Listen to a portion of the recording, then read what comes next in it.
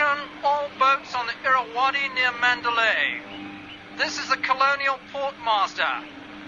There have been reports of some disturbances in your area. Please travel with caution. How did you get here? We entered a contest. Yeah, we lost. That's our motto. What's a motto? I don't know. What's a motto with you? It's the same way everywhere I found. All the guys that turn me on, that turn me down. My friends, are you ready for the party? I said, are you ready for the party? Let us go! WDW Radio, your information station. Hello, my friend, and welcome to the WDW Radio Show, your Walt Disney World information station. I am your host, Lou Mangello, and this is show number 533, and I'm here once again not only to help you have the best vacation experience when you go to the parks, but I also want to bring you a little bit of Disney magic wherever you are, not just with the podcast, but with our blog, our live video broadcasts on Facebook every Wednesday night, my books, audio tours, special events, and more. You can find everything over at WDWRadio.com. In part 2 of our roundtable discussion about moving to Disney World, I'm joined once again by members of the WDW Radio Nation who are now also neighbors. We're going to continue our conversation, starting with employment, including finding or creating a job, and the timing of finding work versus finding a place to live. We'll also address the very important topic of relationships in terms of leaving friends and family, as well as finding new friends, and yes, new family as well. We'll talk about the actual realities of making the move, including what we would do differently, what we miss, lessons we learned, and practical advice to share with you. And of course, we're also going to talk about how our Disney experience has changed, including advantages of living so close to the parks, and whether that Disney magic is still there. And then we'll punctuate the entire discussion about our move to Disney with a quick top 10 reasons, other than Disney, to move to Disney. I'll then have the answer to our last Walt Disney World trivia question of the week, and I'll pose a new challenge for your chance to win a Disney Prize package. Then stay tuned to the end of the show. I'll have more information about our next WDW Radio Meet of the Month during our e-ticket adventure weekend, your voicemails, and more. So sit back, relax, and enjoy this week's episode of the WDW Radio Show.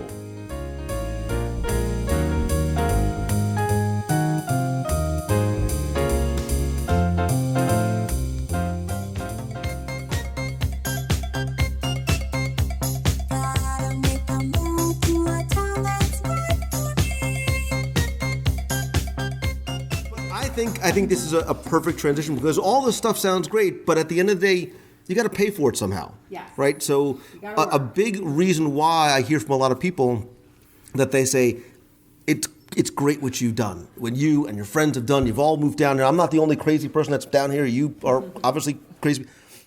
But they say, I can't do it because I can't leave my job. My wife can't leave her job. My kids are in school. Let's talk a little bit about the employment issue there.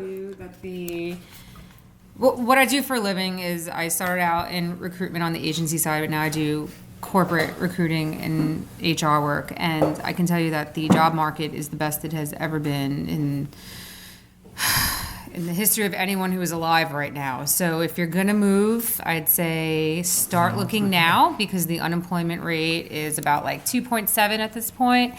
And Orlando made it to number 3 as the top city to move to for employment in the country, and it just beat out Tampa Bay. Tampa Bay was the number 1 last year for Florida State. Orlando is now the number 1 city to move to in Florida State if you are a professional. And even if you're in construction, because there's so many homes being built and everyone needs things done to their homes. And it is number 3 in the country as of last month. So there's an incredible job market opportunity right now here in the city. Right. And obviously, look, times have changed in terms of jobs and what you can do from home, creating your own opportunities. Obviously for me, I came down here to pursue something that I was going to do on my own. I want to hear a little bit from all of you, because people are saying, how do I find employment? Do I start looking for a new job while I'm looking for a house? Do I get my house first and then try and get a job? What about a corporate transfer? How do you sort of coordinate the employment or lack thereof? And then when you get down here, figure out what to do. Again, timing. Do you make the move and then try and start a job a couple of weeks later? Sometimes it's hard to find a job in Florida because you're out of state. One of the things I tell people all the time is get a UPS box, which shows a real street address. So when you apply for the job, use that address so that they don't have to say, oh, it's great that Tony's qualified with this job, but now I got to worry about him moving from New York. Oh, he's already in Florida. It's not necessarily. I mean, it's It's not deceptive. It's not deceptive. But you're giving yourself because look, so many places now. Your resume will not get reviewed by a human being first. A computer's going to look at it, and one of the things they might look at is where do you live? And if you're out of state, you might get eliminated. Right. I mean, so the huge thing for us was we needed a paycheck to be coming in, because at the point when you started, there still was not, a lot of money coming in. So I had to make sure that I called repetitiously to find someone and get a name of someone that would obviously see me in the hospital that I work at now. So finally I got a name of someone, and I went there and I walked through the hospital, and I was very fortunate because at that point I did meet the director at the time that said, you know what, we don't have a position right now, but we will create one for you. So for the first year that we moved here to Orlando, I was per diem. So I was not guaranteed any hours technically, but I knew that physically we would have something to pay for our roof over our head, to put food on our table, and I knew that insurance for our kids.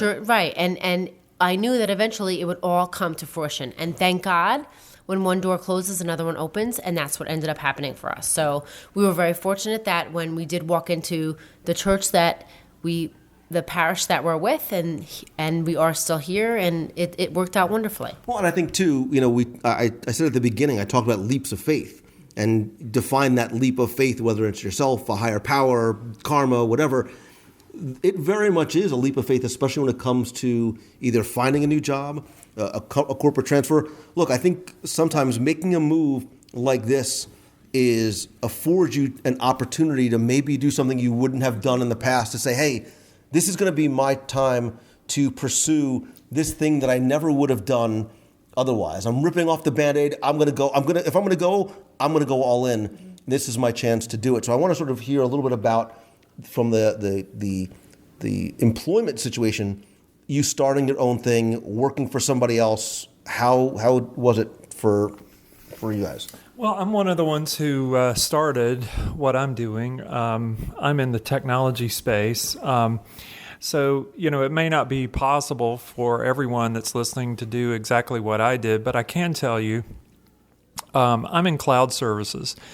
And I would say 90% of the companies in our space are fully remote work experience. And our company is fully remote. No one in our company goes into an office. And by the way, if there's anyone out there that's a great cloud engineer and you're good with Terraform, I'm going to post my email in the show notes. I mean, who's not great with Terraform at this day and age? And you want to move to Orlando? Please email me. But yeah, I would say if you're in IT, especially now, the opportunities for remote work experiences are becoming the norm. Companies like GitHub that got very large were built all remote. 37 Signals, the guys who wrote Ruby on Rails, a lot of those companies that are springing up now are offering remote work experience. So, I wouldn't say the big takeaway here that I'm trying to leave with you is don't just target Orlando companies. Think broader about companies that will allow you to live anywhere, because that's becoming the new norm. Whereas in the 90s and early 2000s, it used to be, how fancy is your office, and do you give me free dry cleaning and free food and daycare? Now it's, we're going to offer you the freedom to live and work where you want to, early in your career. And, a lot of companies are moving in that direction. So I wouldn't just limit your search to Orlando-based companies.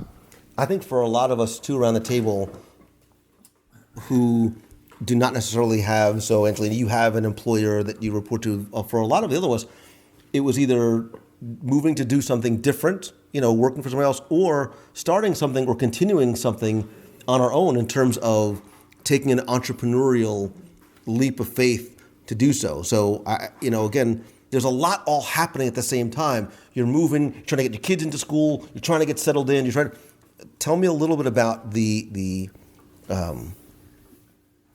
in terms of your work life and the home life and everything else that's changed coming down here. So for me, my line of work, I can't say, hey, it's a great line of work to get into, because what I do is I don't know that there are a handful of people in the country doing what do you do? I still don't even know what you do. I have no idea. So I started my own my own sporting travel agency, and I manage sales for 20 sporting lodges across South America. So it's very much a niche thing. But having said that, I did start my own business, and when I did it, I was doing it at night, and I think you've heard on the show, Lou and I've talked about, it was a lot of, Lou and I would talk back and forth from usually midnight till 2 or 3 a.m. about business stuff. But when I finally decided to make this a full-time gig, I was waiting to sell our home, and I kind of committed that to my boss at the time. I was still working, running the club. I was an events director at a private club. And it got to the point where it was time to go from the club. It was time for me to move on. And it was unnerving because doing this business in New York was exceedingly more expensive there.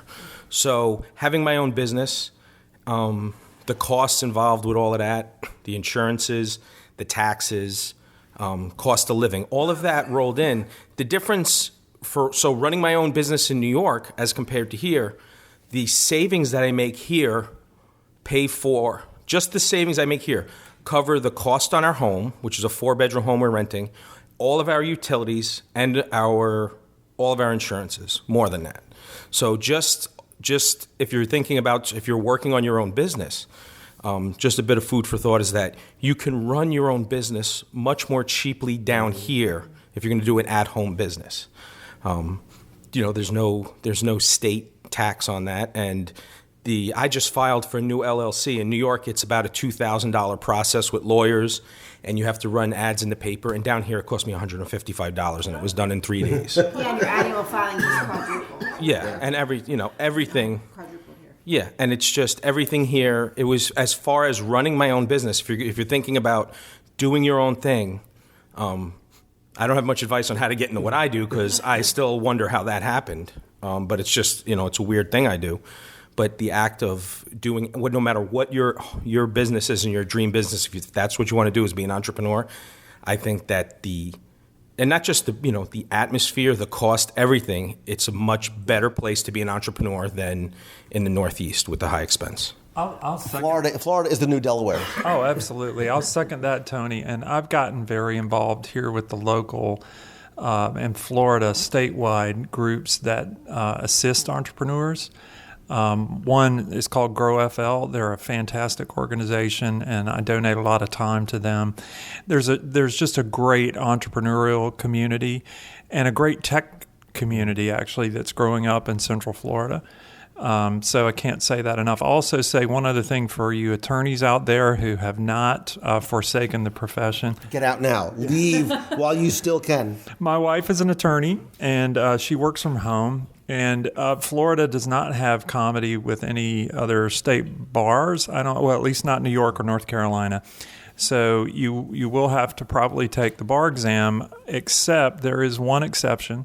For lawyers who work in-house as in-house counsel, you can work for an in-house counsel with an out-of-state admission to the bar and never have to be admitted to the Florida bar. But you can only work for a single employer, and you can't, take on clients outside that employer.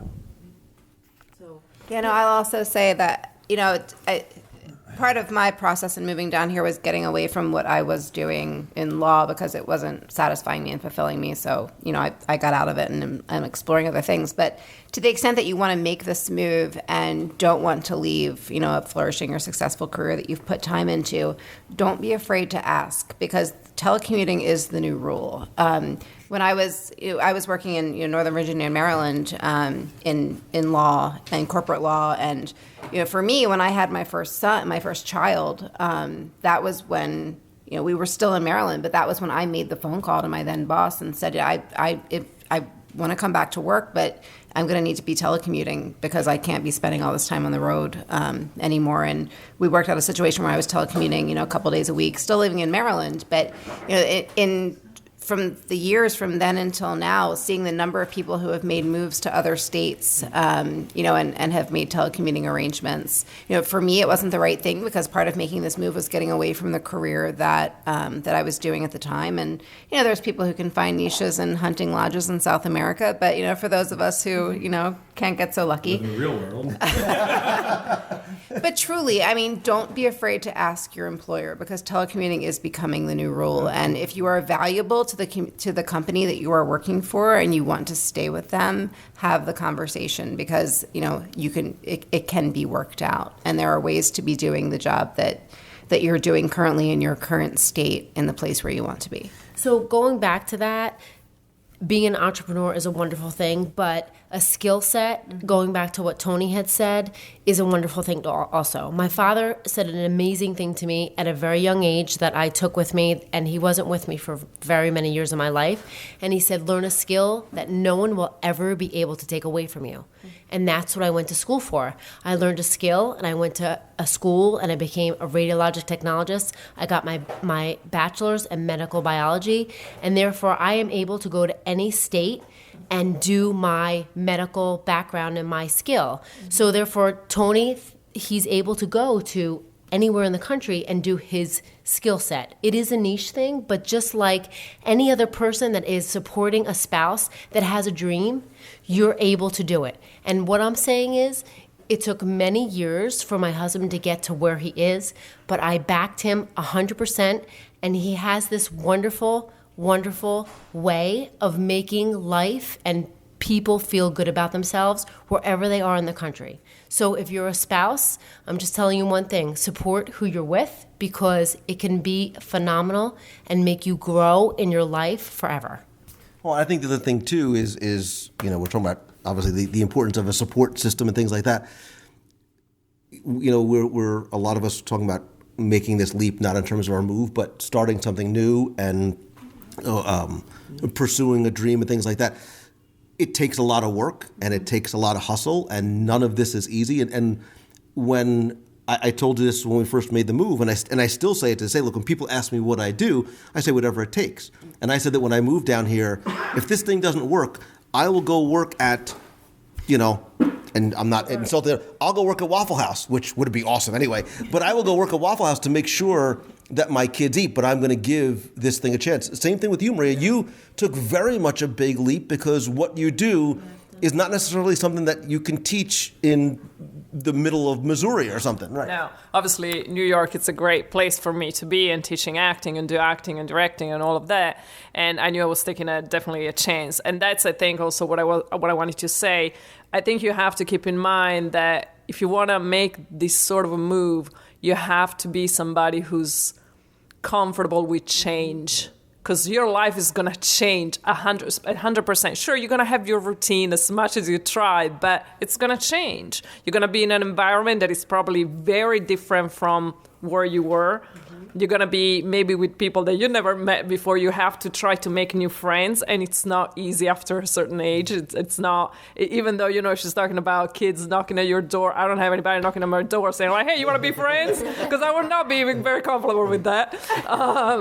But so there's that factor as well. Now, in my case, because I have my own acting studio again, I was able to do it here.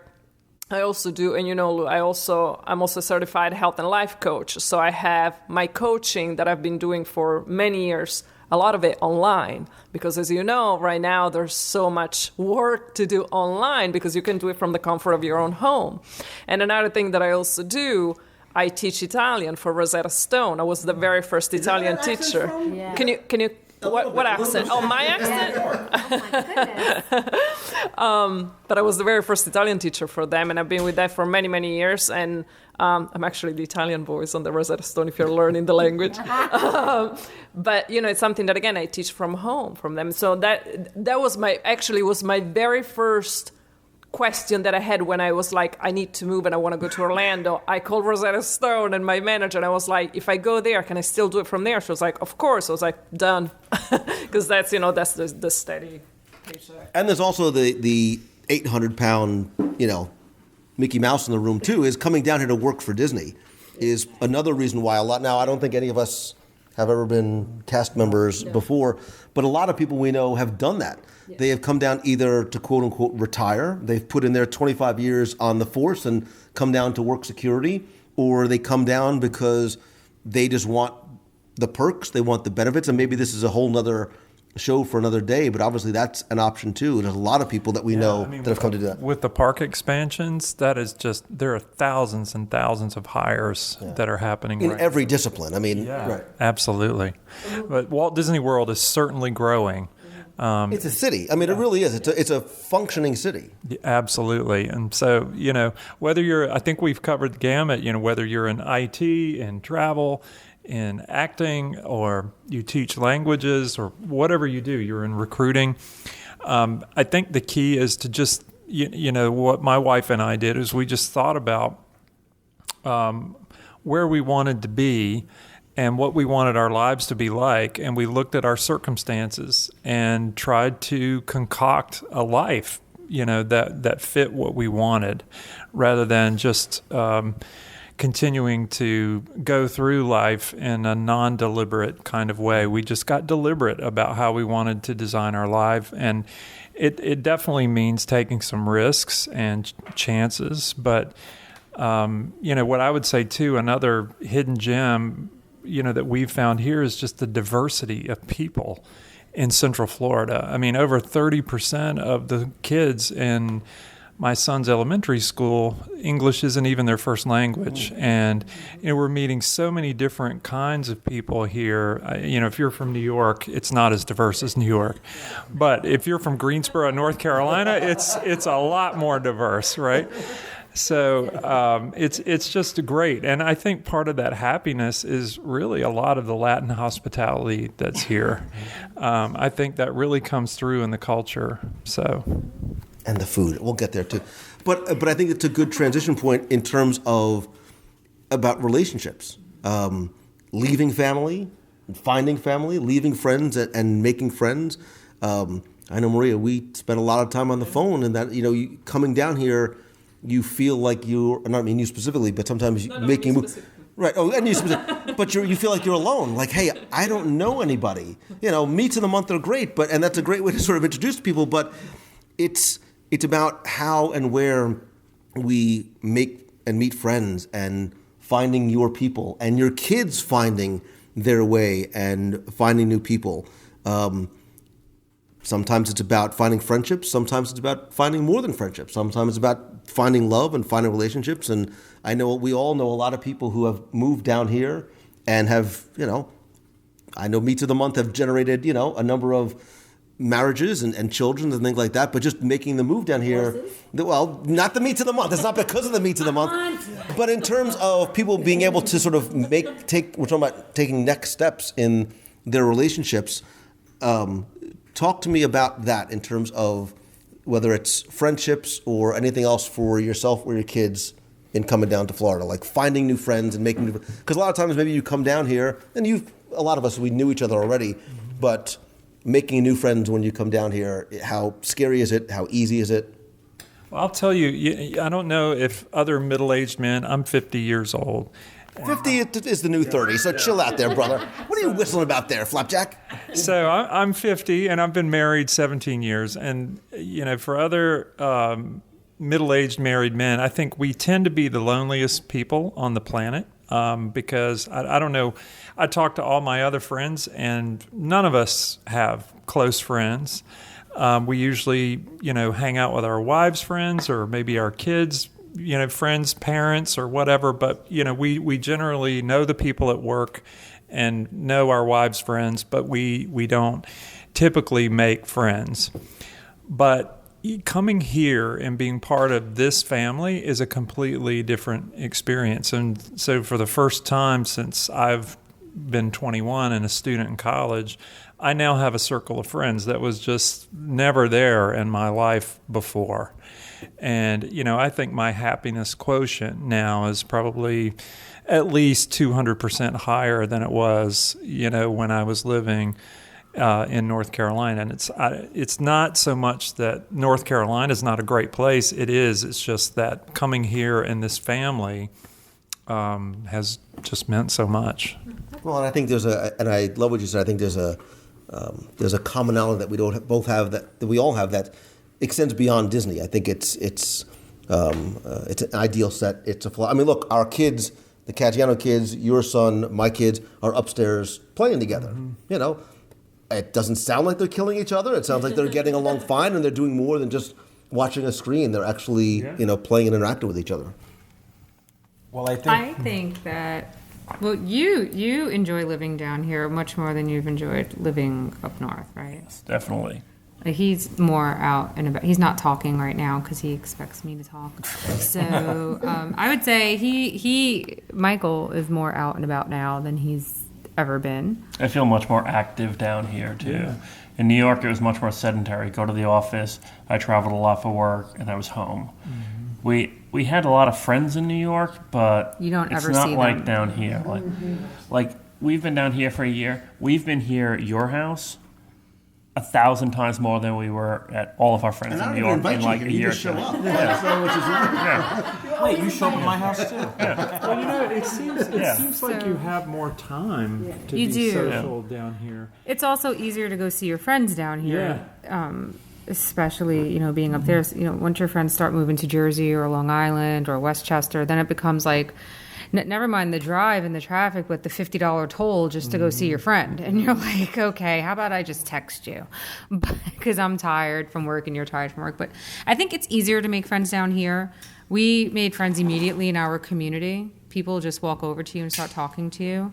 A lot of the porch sitting in our neighborhood too. We met a lot of friends from that, sitting on the front porch drinking a glass of wine. We actually have events in Summer Lake where it's get to know your neighbor, and the HOA throws a party at the clubhouse and the pool with free pizza and soda, so the kids can meet each other, the parents can meet each other. They have food truck Thursdays once a month. It's incredible.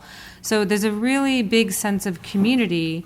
And again, like Lisa said earlier, like parenting in the 70s and 80s, it reminds me of when I was a kid. Everyone knew each other. Everyone on the block knew each other. All the parents in my community know each other. And although Michael and I do not have children right now, we still feel like a part of the community. And, I actually go to my neighbor's house to hang out on the weekends, whereas in New York, I knew my neighbors. They lived next door, but it was so odd. We would talk to each other on our front porches, which were divided by a driveway and a fence.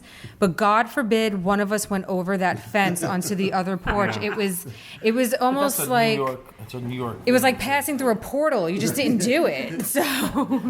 Well, like, Florida is the new Brooklyn in the 50s. Like, you go outside and your kids are hanging out with each other.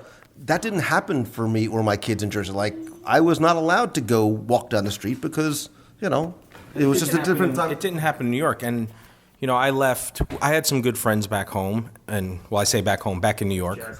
And I'm super close with my brothers, so that was really hard. But, coming down here. So wait, speak to that. So how hard was it to leave family? Because I know for a lot of people, that's a big issue. My parents travel. They're retired, and they travel down here a lot. They're down here 3 or 4 times a year, maybe 5 times a year. My brothers are, they're both up there, but they're all DVC members. We have a huge, Disney-oriented history with our family. And I have 2 brothers who I'm really close with. My brother Jimmy, my youngest brother, is very busy with a lot of big business stuff. My brother Frankie, I talk to almost daily. And even when we were packing, he came to the house the last day. Like, he rushed there after work, tears in his eyes because he couldn't, it was the last time I was living there. But how hard was it to make that choice to leave your family and friends behind? It was hard to do it, but I knew, sometimes you just know in your heart of hearts that was what was right for my family. Charlene and we didn't make the decision lightly. Like, hey, you'd think it'd be great to move to Florida. It was a lot of talking, and becoming friends with you and Deanna was a huge part of it. I'm not going to lie. We were down here, and we would talk about all the stuff, about coming down and doing things together. And I think one thing that makes it easier, it's never easy to leave family behind when you're really close, but one thing that made it easier here is that so many people are in the same boat, I think. I look around the table, and none of us have family here, but, blood family. It's not where we grew up. But there are so many people with that commonality so they're more open to meeting and talking. And I think the people who are drawn to this area, especially, maybe it is because Disney's close by. But like I said, 4 people come in and they're dropping off gifts to us today and baking cookies and coupons for ice cream and all this other stuff on the day we moved there. And I think that having people in common like that we're all in a similar situation. So you find that, we're talking about where Christmas and New Year's Eve or Thanksgiving was always just family oriented. Now we're sitting here and it's the middle of September. It's the beginning of September, middle of the summer. And Charlene and Deanna are already talking about Christmas or New Year's or Thanksgiving. But that's the family, people, that's what you build down here. And everybody's in kind of the same spot. And I'll say this, if you don't live close to your family right now, there's nothing like living a mile from Walt Disney World to get your family to come visit you. They will come if you build. And I think, too, what happens is for a lot of us, we are the ones who are ripping off the Band-Aid. And I will tell you from personal experience, and I want to hear you guys, when I told people that were friends back then that I was leaving and moving down here to figure out a way to pursue this thing that I was passionate about, they're like, wait a minute, man. Like, I get the fact that you wrote your little book and you talk to yourself about Mickey Mouse for an hour a week, but you mean to tell me you're going to quit a 6-figure job with benefits that's pretty much a cakewalk to move down to Mickey Mouse land and try and figure out a way to, like, support your family? And I'm like, yeah, man, that's awesome. Like, I give you 6 months. And you know that. Like, my friends were not very supportive. My family some people in my family, extended family, were like, you're doing what now? Like, you're moving down there without it? What's your business plan look like? I'm like, I don't have a business plan, which may or may not be the smart way to do it. But it's, we're somewhat fearful of making the move ourselves. And while for us, immediate family was very supportive, there are people, extended family and friends who maybe are questioning what you're doing. I know we had talked about that too. So in terms of, I want to hear again about leaving, taking that leap to leave friends and family, as well as making them when you come down here. Yeah, and it's interesting. Like, for me, 20 years ago, I came from Italy to New York, so on my own, and so I don't have any blood family here in the States. My parents passed. My brother is still in Italy, and my sister lives in Athens, in Greece. So we're spread out all over the world. And in New York, again, I arrived by myself. I didn't know anybody. It was literally in 1 week I decided to come to New York. I see a pattern now. I started seeing things. But anyways, okay, I see it. I'm aware of it now. And so when I came here, my family in New York, it's my friends. But, somebody was saying it before, it's hard in New York because you work the whole day, and then you're tired. At the end of the night, you're like, I'm going to say hello to you on Facebook because I just don't have it in me. Like, I'll text you, like, it's harder to go out. You just don't have it there. Now, I also know that I'm different from all of you because I don't have my own family. I don't have kids. So I don't have that factor of going to meet some, other moms or, other parents and bonding that way. And so it's a little harder, obviously, to make friends. It is. It's not that easy. I'm not somebody like, I'm fine being by myself. Like, I do things by myself all the time because I'm used to it. I go to the movies alone all the time because I actually enjoy it. I'm like, yeah, I love that. Yeah, I love that. But of course, do I miss the interaction of having, girlfriends and going out? Or yes, of course I do miss that. But I've made a few friends since, in these 3 months that I got here, and we've been going out and it's almost like it's brand new to me. And something interesting, it's also that I've been seeing more of my friends here in Orlando because they came for vacation. And all of a sudden, I was like, I haven't, there was a friend of mine, her name is EJ, and she's a dear friend of mine. She's a travel agent. And we'd actually worked together before, and we never met. She lived in New York, and we never met. It was all through the internet. And she came to, Disney World twice already. We spent the whole weekend together. And I was like, this is crazy. I was like, I never saw you before. So there's a lot of that too. So, I mean, from a family perspective, I think, I alluded to before, so I'm an only child. My whole family, for the most part, is up in the mid-Atlantic area. And we lost my dad, not too long before I decided, before the wheels started turning for us to make this move. So it was an extremely emotional and difficult thing when I started broaching the subject with my family. I remember, when this started to become sort of not so much a daydream, but a possible reality in my mind, I started talking to my mom about it. And, the conversation kind of started as, this is a real thing. This isn't a daydream. I think we would love to live down here. But, what I was initially saying to my mom was, we would love to make this happen, but I'm not going to do it without you. Like I said, I'm an only child. We had just lost my dad. And leaving my mom wasn't an option.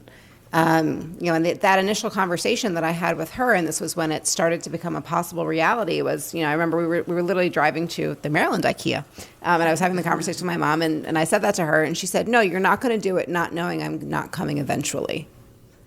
And that was when it started to be like, okay, I can kind of wrap my head around that. And since then, things have changed a lot. I think there's a lot of generational gap there. I think that, our parents' generation tends to be a lot more stuck in a particular place. My mom has lived in the Baltimore area her entire life. And so as this became more of a reality for me, it became apparent that it was not a reality for her so much as a daydream. I mean, my searches on Redfin became more real and hers became less frequent as it became a reality for me. And I think it became obvious that it was, sort of a daydream that was not going to be happening for her anytime soon. But that being said, if you're ever going to move somewhere where you're going to see your friends and family, move to Disney World.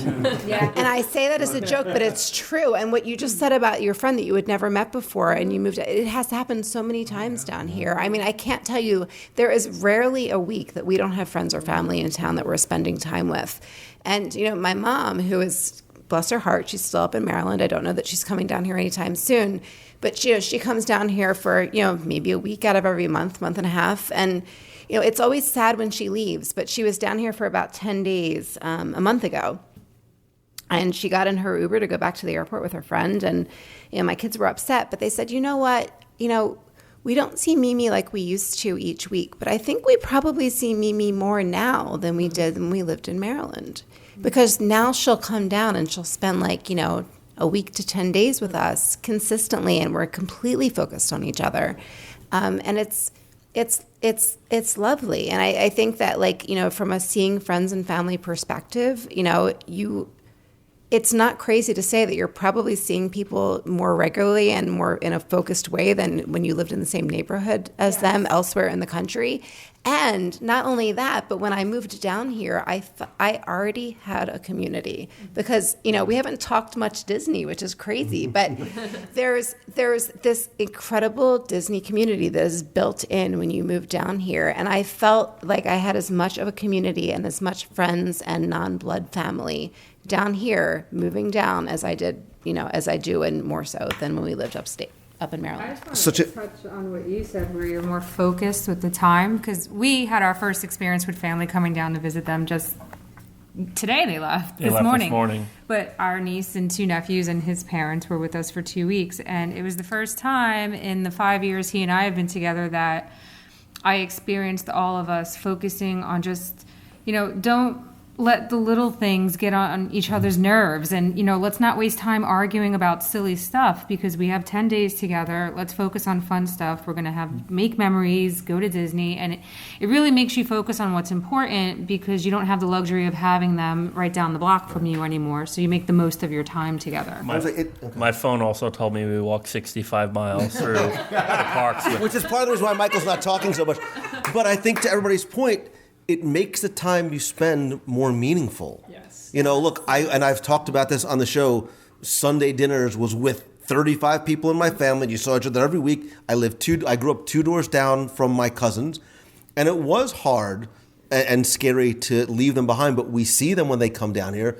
Deanna, you left, your brother behind, and when you go up to go see him, it's impactful and it's meaningful, and that time becomes special. It's a completely different experience, because if we lived in New Jersey, my nephews are in every single sport. My brother's running from town to every soccer game and every football game, and you can name it.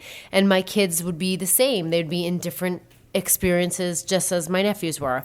But when I go to New Jersey, and I only go, mind you, in the summer, I will not go in the winter, because I will never, ever, ever experience that again.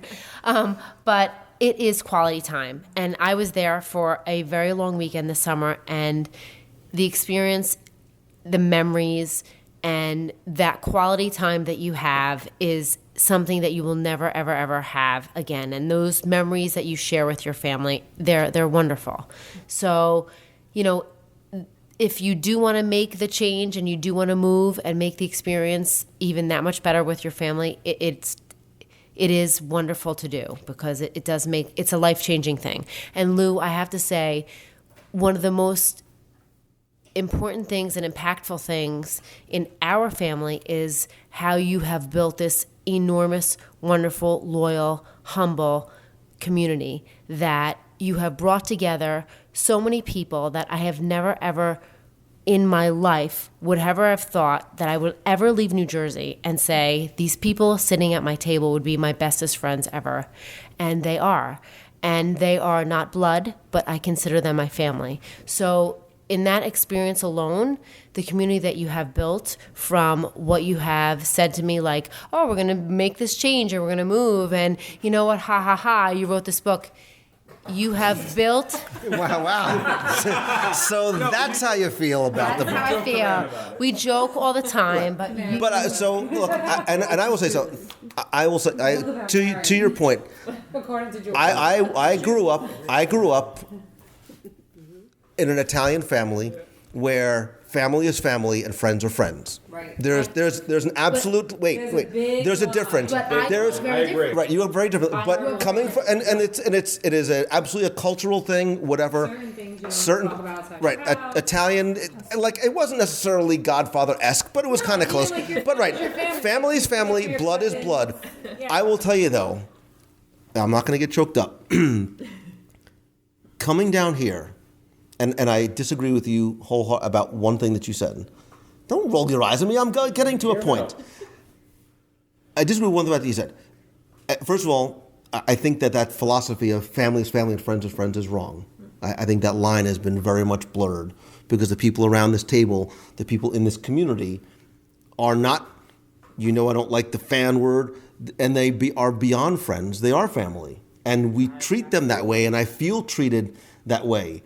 And it's one of those things where even though you are 10 minutes away, you don't have to see each other every day to know that person's there. You know that love and that support is there. The only thing I say that you say that was wrong is you keep saying I in terms of building this community. I don't feel that way. Again, growing up as somebody who did not have a lot of friends and did not have a lot of close friends and still has issues because of failed friendships or relationships as a kid, I feel differently now, not because of the community I built, it's the community that we have built. And I mean not just the people on the table, the person that's listening to this. We are friends and extended family, whether we have met yet or not. And I think that's why you're able to come down here and instantly click with people, because you've got something in common. And it's the way I feel this community welcomes people in and sort of embraces us and understands the scary move and getting your kids in school and finding a job and building a house and all those different things. And I think that's one of the beautiful things about this community and this family that we have. And I think that I'll say too that now that I'm down here, the meet of the month is something that I just plan around and look forward to so much. Whereas when I lived elsewhere, I knew I couldn't come anyway. So it just sort of was a thing, meet of the month, that would just sort of go past. But now, if you have a meet of the month and I'm on a business trip or out of town, I get so mad. And because I do want to go there and see all the people, especially the people that aren't local that come in, and, you know, getting to be part of that every month is another added benefit of being local, and it's just amazing. And it's meant to be that. It's not meant, and I say this all the time, it's not so people can come and meet. So I could meet you, and to a certain degree, maybe it is an extension of Sunday dinner, where this is our opportunity to get together. Not every week, you know, not usually it's around food, but it is a way for us to sort of gather around a sort of virtual table and see each other. So obviously when we made the choice to move to Florida, it wasn't just for the two of us. We had two young kids that were just starting to go through school. And obviously the timing of the move was very important because, like I said, I didn't want the kids to be so heavily vested, not just in school, but in friendships and relationships and sort of planting their roots in the home and the community that we live. So the timing for us was important. But I want to actually hear from my kids who, for all intents and purposes, really have grown up in Florida. There were the few years, about, 3 years or so, that we spent in Naples. We spent about 3-4 years. Was it 2 years? All right, so 2 years in Naples before moving up to Orlando. Now, you guys were really young, so we moved in 2007-8. So, Nicholas, you were only about 4. He was 4. Maybe 3, 4. And you were how old? 5. You were 5. So do you remember at all when we were moving from New Jersey to Florida, either talking about the move or actually making the move itself? Okay, so I vividly remember stopping at south of the border, and I remember sneaking our cat into a hotel because it was in a little bag, and lots of sitting. And our little mini DVD player, and we would watch Looney Tunes, you know, the little tiny computer almost, and you just put DVDs and you would just watch Looney Tunes. So that's People know what a DVD player No, but it was like a baby one. It was so cute, and I just remember that. So you really remember the car ride, sort of that first memory of leaving Scotch Plains. I mean, you remember the house that we lived in, but in terms of making the move, that's where you sort of remember was the car ride itself. Yeah. What about you, Nicholas? So I remember also when we walked into the hotel and we had our cat in the bag, and we were I was so excited. I was like, yes, we're moving. Yay, I'm going to have so much fun meeting new people. And I remember holding the cat in my hand, and I was just like, be quiet. We can't let them know you're here. And I remember that. And I remember when we got to our first house here, and I was just like, this is where I'm supposed to be. Right, so that's a great point because we first moved to South Florida, right, where we were close to your grandparents, but then the time came where you had been in school for a few years, and then all of a sudden we were making a different move. We were moving up to Orlando where we didn't know anybody. We didn't really have any family there. We had some friends. Do you remember the conversation about, kids, we're moving from here, again, where we were renting, to living right behind Walt Disney World and Magic Kingdom? Do you remember those conversations and that move itself? So I don't remember the conversations, but I do remember being sad to leave my friends. But then, when I went to my new school, I'm like, yeah, I've lived in so many houses. I've made so many moves. It's so cool. I've lived in a bunch of different places when in reality, we rented a house in Naples, and we lived in New Jersey for 5 years of my life. But then I got all over all of that, and I'm like, okay, I'm living by the Magic Kingdom as an 8-year-old, and that's pretty cool. So you recognized early on, hey, I'm living this close, where we're going to be able to go to the Magic Kingdom and Disney World as often as we would like. Well, most of my friends, they like when I met them when we like moved here from school, they've lived in Florida like their whole lives, and they've lived in Orlando, so it was kind of like normal to them. But when I came, I'm like, do you know the Magic Kingdom is like right here? And they were like, yeah. Right, Like- they weren't as into it as you were, because you guys came here as Disney fans, because we brought you here. Marion, you were 6 months the first time you visited Disney World, and Nicholas was what, probably... No, well, I was in the womb the first. Well, yeah, but the first time that you actually remember being... Nicholas, what about you, when we sort of talked to you about moving here and then got to and moved into this first house, did you sort of understand that we were sort of literally moving to Disney World? So I don't remember the conversation of you guys saying we're moving to Orlando, but I do remember the last day, and I was like, oh, I'm so sad, I'm leaving my friends. And then when I got here, I realized, wait a minute, the Magic Kingdom is right there. You mean that we're like right next to it and it's like in our backyard? Oh, and I do remember at night we were like, what is that sound? Like this really loud boom. So we came upstairs and we were like, I knew my parents knew what it was, but I was like, I was totally clueless. So we were like looking around all the windows in the house, and like just the right window, like just like my parents' room's window, we were like, those can't be. And they were like the fireworks, and we were freaking out. Cause like, and now, it's every night. It's like, oh, there goes the fireworks. Or like in the morning on the way to school, oh, there's a train. Wow. Okay, cool. But like the first time, I just remember being like, whoa, like we're that close. So now that you guys have been here for years, tell me about your experience at Disney. Sort of how has your experience changed? Because we made a very deliberate choice early on not to take you to Walt Disney World every single week, every single weekend, because one, there's a lot of other stuff to do. Two, we didn't want it to become something that was, really, again, with the Disney World. We still wanted it to be something fun and something different and special. So how has your Walt Disney World experience changed over the past few years? So really, Disney has changed from like going like on a little vacation to like hanging out. Just sometimes we go to like Disney Springs or like some of the parks to hang out with our friends and just eat and walk around.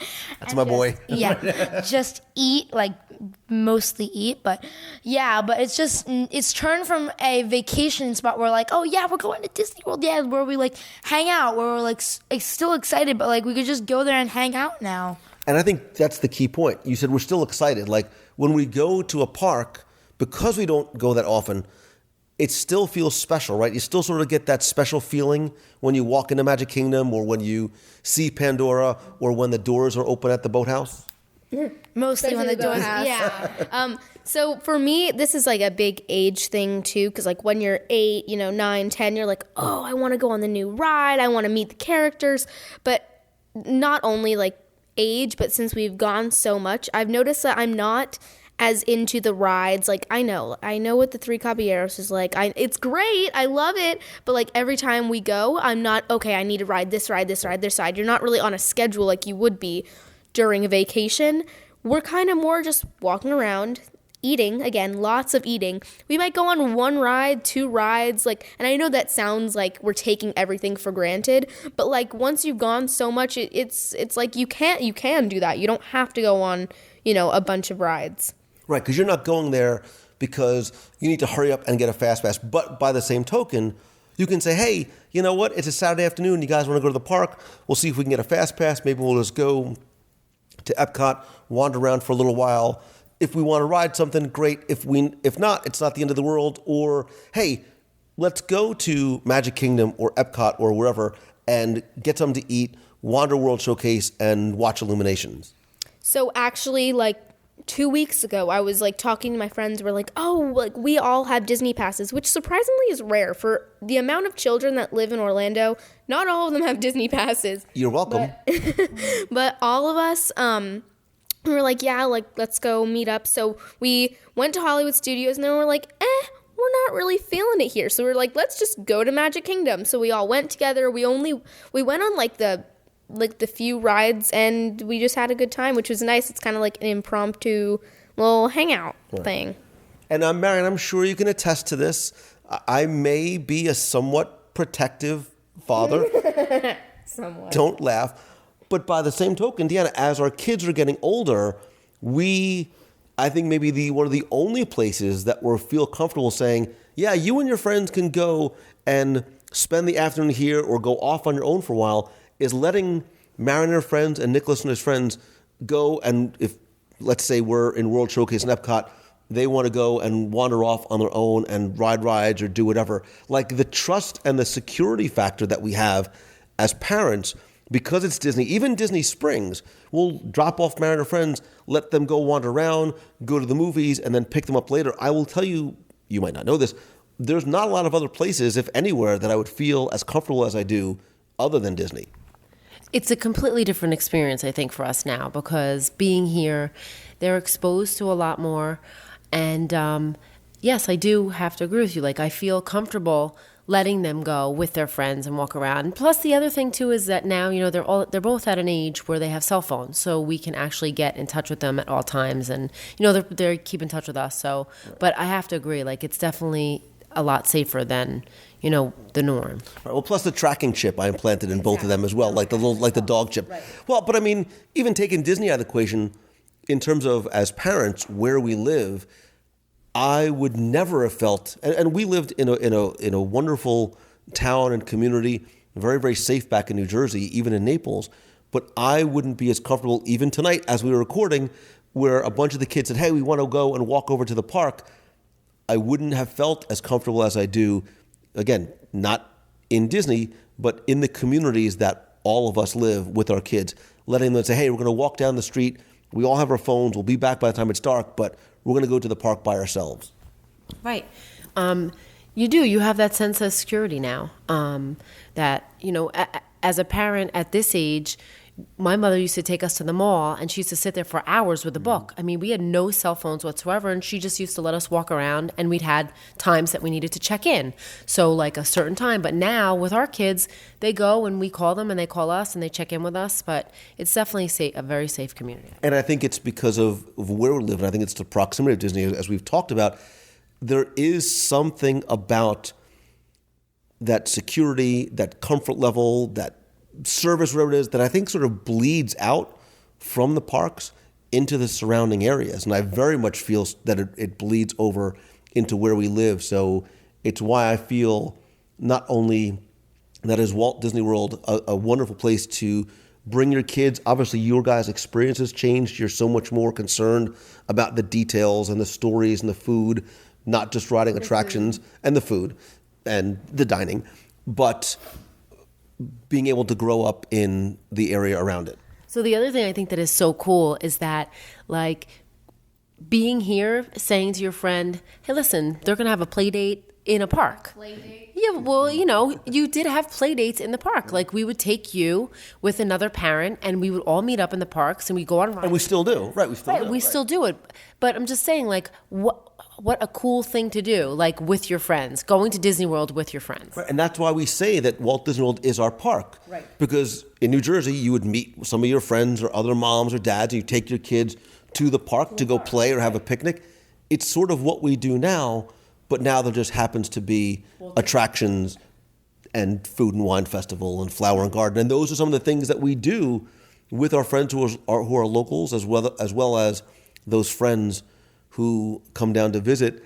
And I wonder, and I speculate, 10, 20, 30 years down the road, as you get older and have friendships and families of your own, how you're going to look back and say, yeah, I basically grew up in Disney World, and how that experience is going to impact you in your life. I absolutely believe that because of where we live and because of what you're exposed to there, in terms of courtesy and service and cleanliness and professionalism and all the things beyond the confines of the attractions, I believe those things are having a positive impact on who you are as kids. And as you get older to be young adults and adults, I think that we'll be able to, hindsight will be 20/20, but we'll have a better idea of just how much this place, as much as us as parents and your upbringing already, has had an impact on you. So hopefully you guys think it's as cool as we want you to think that you grew up in Disney World. Yeah, pretty cool. It's been amazing. And I know that this has gone very long because there's a lot to cover, but in terms of an overall look at the experience and maybe some of the reality check. Look, we're talking about how wonderful this whole thing is, but it's also hard and it's scary and all those things. What would you say was either one of your biggest challenges, something that you would do differently, something that you would change in terms of making the move down here? If anything, then it might not be, listen, it might have gone exactly as you had hoped and planned. I think I underestimated the difficulty of the transition for my oldest son. He's 13. He had a lot of really, close friends, and he didn't have a lot. He had a few very good close friends in Greensboro that I think, for the first 6 or 7 months we were here, it was very difficult for him, and I think I would have considered that a little longer. I think for myself, I'm not speaking for Angelina, but myself, in New York, the house we sold, we lived in a 2-family with my sister and her family, with my 2 nephews and niece, and seeing them every day. I think that's, like, the family aspect of it was the biggest thing. Like, I lost it when we left the house. Like, when we moved down a year ago, like, I was crying halfway down the New Jersey Turnpike. Like, I missed the kids so much. But you know what? Talk to them all the time, and I've seen them several times since we left, and I'm still seeing them grow up and stuff. It's different, but, like, that was the toughest part. Yeah, for me, it was the family. Leaving my brothers behind. That's the only problem I have. Aside from that, everything else has been pretty much. Well, I'm here. Yeah, exactly. I mean, you got Berrigan, so Michael and I do. We do Costco runs, like regular Costco. Oh, you're so. We do Costco. We're taking for. Do you like coordinate your shirts and stuff? You're like stepbrother. Tony looked down at his shirt. Did we just become best friends? Come out with your toilet paper, like, yes. Yeah, but it took a long time for it to happen. That's but there's nothing you could do about that. It was. We joke around and talk about the loss on the house, but that I refer back to that because it was like it makes no difference. It was time, and we have a whole lifetime to make money and all that and that nonsense. You can always make more money, right? That's it. And aside from missing my parents, we actually see them probably. Like you said, we get more quality time when we're here. We lived upstate, so we would see them for holidays, which is a bummer not having them right there for holidays. But they came and spent 2 weeks with us. Like they haven't. And my son was like, he spent more time with his grandparents since we moved here. My dad's a crazy person, and he and Michael bonded over their issues. But yeah, aside from leaving, I have no other regrets. There's nothing. There was no negative or cons aside from leaving my brothers behind. That's it. So, yes, the first year was very difficult. She's staring right into my eyes. I'm so scared about what's going to come out of your mouth right now. But the best thing ever was when there was a huge blizzard in New Jersey. I'm waiting for that. And my brother is texting me pictures of him snowblowing, and I'm texting him pictures of my kids riding their bikes in their pajamas. Like that's look, sad. when your kids are swimming on Christmas, and you're like, it's so very different to be, and it's not to sort of rub it in the face, but that's when you're like, this is part of. I'm gonna rub it in their face. Yeah, I know. I know. As soon as the first blizzard comes, Maria's. That's what we said. The first month we moved down here in March, and within the first 3 weeks we lived here, back home they got 62 inches of snow, and that's where my younger brother kept saying, "Yeah, but look at all these glorious grays. You're missing the gray. You can't." He's very bitter that he. That made the transition much easier for you. You're like, I moved to the windows were open. It was gorgeous weather. We had the most perfect weather in the world. March. But it was like, and they got 60 something. We drove out in a blizzard though. We left. You always say, Lou, you can't shovel sunshine. Right. Like it's the greatest thing in the world. Like so. And I love my brother and I miss my nephews to death. But as I said, it's quality time when I see them and they come here. So. Yeah. So I think I don't have regrets or things that happened that weren't expected. I mean, I knew it would be hard to leave my mom, and it has been, and that's just reality. That was the reality of the choice that we made, and She we're comes here and you're like on vacation. exactly, and it's like and the greatest thing in the world. Yeah, and it's wonderful, and the dust has settled. And I said going into this, like, the first 2 weeks will be horrible, and she'll come down with me for the move, and she'll leave, and it'll be horrific, and the dust will settle, and then everything will be okay. And it has been. I mean, we made our choice. We knew the choice that we were making, and the reality of that has been wonderful and challenging in all the ways that I expected. And I think that looking at the experience of this, and again, none of this has been unexpected, but I think that I used to enjoy Florida from desperation. Like, we would come down and I would cling to every moment because I knew I had to leave. And that "see you real soon" sign when you left Magic Kingdom that last time would make me sick to my stomach. And when they would slide the bill under your door under the last night when you're in a hotel. I mean, you laugh and it sucks, but I emotionally, like, knowing what I was going back to, and then it was a life that I did not love, was horrible. And and I still see, and I still get a twist in my stomach when I see the Tragical Express pull in going the wrong way. Truly, no, like I still feel it for the people that are pulling out. And and I think that, something that's really interesting is that I used to cling to every moment down here. Like, I remember one time, like, it was during this horrible deal. I was doing this awful, awful partner at the firm that I was working for, and it was just horrible. And I remember sitting, and we were down here, and I remember sitting at Tangerine Cafe and thinking to myself, God, this shawarma is so good. Yes, it's so good.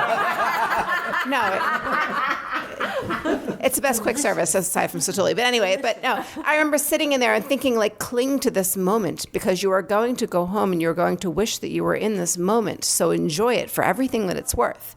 And I did, and I would try to. And now and I kind of knew coming in, but I enjoy Disney from a less desperate perspective now. And I think that's really, really interesting, like, to be here and just be calm in that moment and know that I can come back tomorrow and that I can just come for 30 minutes if I want to. It's a really, really different experience, and we're approaching a different subject, but it's a very different experience living here. But to experience this life from a less desperate and clinging perspective is the biggest thing for me. It's like, I flew home to New York, not home, I flew to New York 2 weeks ago. I flew up, spent a couple days up there, and I actually drove down with my mother and my 2 nephews and niece a week and a half ago, and they stayed for the past week and a half, and they left this morning. And when I left Orlando Airport, like, when I landed in Newark, I'm like, I couldn't even tell you the feeling. It was just like, I'm ready to go. Yeah. I can. Nobody gets happy landing in Newark Airport. He texted me, "I'm ready to go home." I texted both of you. Yeah, the first day he texted us, "I'm ready to go home." Yeah, I would say the 5 years that I lived with you back in New York when I first moved home, I would say as soon as I landed either in JFK or Newark, none of them are. My body, Everybody shuddered when you said JFK Airport. As soon as you land, you feel angry. Yeah. You feel it is a different. It's not even funny because growing up in that city, I can say, some people say, "Oh, if you don't like it, then leave." Well, you know what? I was born and raised in New York City, and I'll tell you right now, that's why I left. Because you do take on the energy of where you live, right? So we all talked about earlier how everyone just feels happier here because the energy here is happier. As soon as you land back home up north, you feel the intensity, the anger, the, it's like you can cut it with a knife in the air. People are just ready to honk their horn at you, flip you off. And I will admit, I was that person. I was Cruella de Vil behind you. I can't see that at all. Yeah, road rage galore. But as soon as I would land down here, it was like I was a completely different person. I'm like, this is nice. And then on the other side of it, after driving down with my mother and the kids, and they stayed with us for a week and a half, this morning my niece was leaving, and she's like, "Uncle Michael, are you coming home with us?" And she broke my heart. I'm like, "No, but we'll be up in a month or two to see you." Oh, yeah, different. Different. So, and I think somebody said we haven't really talked much about Disney, and that's where I want to sort of circle this around to as we wrap this up is your Disney experience. How has that changed? Obviously, there's so many advantages to living right behind Magic Kingdom, although Animal Kingdom is still so far away. It does. You're right. Tell me it doesn't change your perspective in terms of right. Like, hey, it's 20 minutes away, and I got to park and walk. Let's just go to Epcot. It's right here. There's so many advantages. Yeah. Oh my God, it's so nice.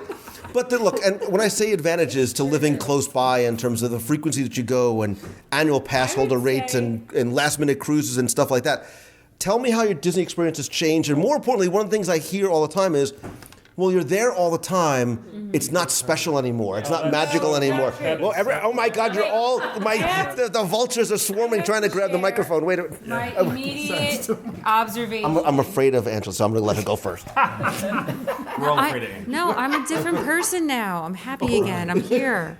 No, I would say my two immediate observations is, one, like I said earlier, the best part about living here is if you're having a bad day or a stressful day with work or just life in general, just grab yourself a fast pass and go to the park, and everything's awesome again. I can always get out of the doghouse with either, when she's done working at the end of the day, with either a Navi River fast pass late in the evening, or a late night safari, like at 7:30, 8 o'clock at night. It just makes her happy. Especially, we went and saw the baby giraffe the other day, and it fixed everything for days. Nothing like animals to soothe the beast in me. But I will say, as a now once again local here, I am more tolerant of crowds in Disney World because I say, at first when we first moved down, I'm like, oh my God, these people, oh my God, 10 million people, oh God. And I'd say to him, you know what? Some of these people have saved up for years just to come here this weekend. Let them go in front of me in line. I don't care. Or, those kids are loud and annoying, but look how happy they are. Like, they're so happy. I wish I could experience the way they are experiencing it right now again. Because you forget how magical it is. But is it still special to the little humans? Yes, it's special in a different way. It's special because it's soothing to me now. Yeah. I go at night when it's not 1,000,000 degrees. I go at night after work, and I'm just like, I love it. I am so fortunate. I get to walk in here whenever I want.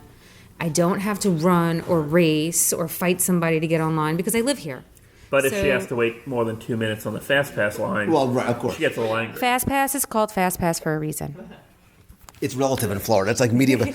But I will say, and years ago, my friend Glenn, who I miss desperately, who used to live down here, he summed it up so perfectly. It's going to Disney World is like going to your park. And I don't mean like a theme park. It's like your local park. It's where you see your friends. It's where you hang out. And that's exactly, we're not rushing in to rope drop, flight of passage most days. At the beginning, when you first move down here, you do. Yeah. When your family comes down. When your family comes down, but your experience. But once that starts to wear off, again, I want you to sort of talk about your Disney experience. Yeah, I think, the biggest thing for me is that my idea of a perfect day at Walt Disney World has changed so dramatically. Now, it usually doesn't involve attractions for me.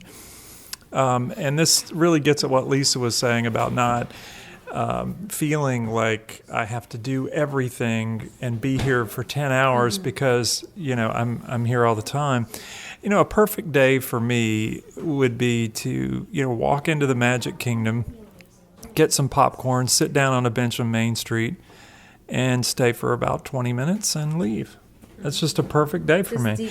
Because that's the part of Walt Disney World that hasn't changed so much since I was a kid, except for Center Street and the Magic Shop and all the things we miss. But it still has the same feeling that it did when I was a kid, Main Street, USA. And it's just those little quiet experiences, the kind of experience you might get going to a park that's not a Disney park. It's a wonderful way to experience Walt Disney World as a local. Can I say something? It's funny because when I moved here and I got my annual pass, so the first week I was at the parks like I used to be at the parks. So I was like, they are going. And I was like, wait, I have time to do this. I don't have to rush through it.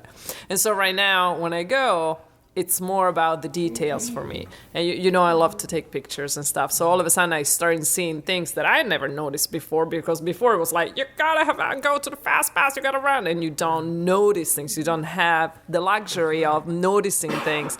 And another thing for me has changed that I had never done before when I was here on vacation. Now I can go and visit the different hotels.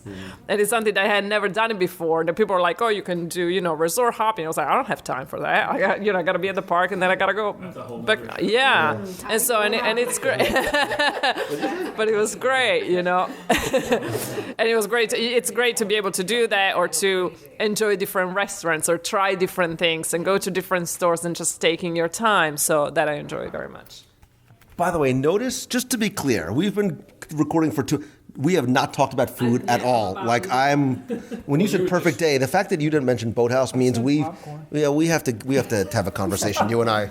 No, but for you, it's funny you said, because for us, it's the boys are still young, and my son Jordan is over the top Disney geek. So he's if every weekend he's walking around shaking his head and smiling, but we'll sit on the couch, and if I can put together 3 fast passes for an afternoon, we'll pick them up from school, and we'll go to, last week 2 weeks ago we went to the studios, got there at 5 p.m. We hit 3 fast pass rides, and we were back home by 9 p.m. And we'll go over have lunch and just hang out or wander.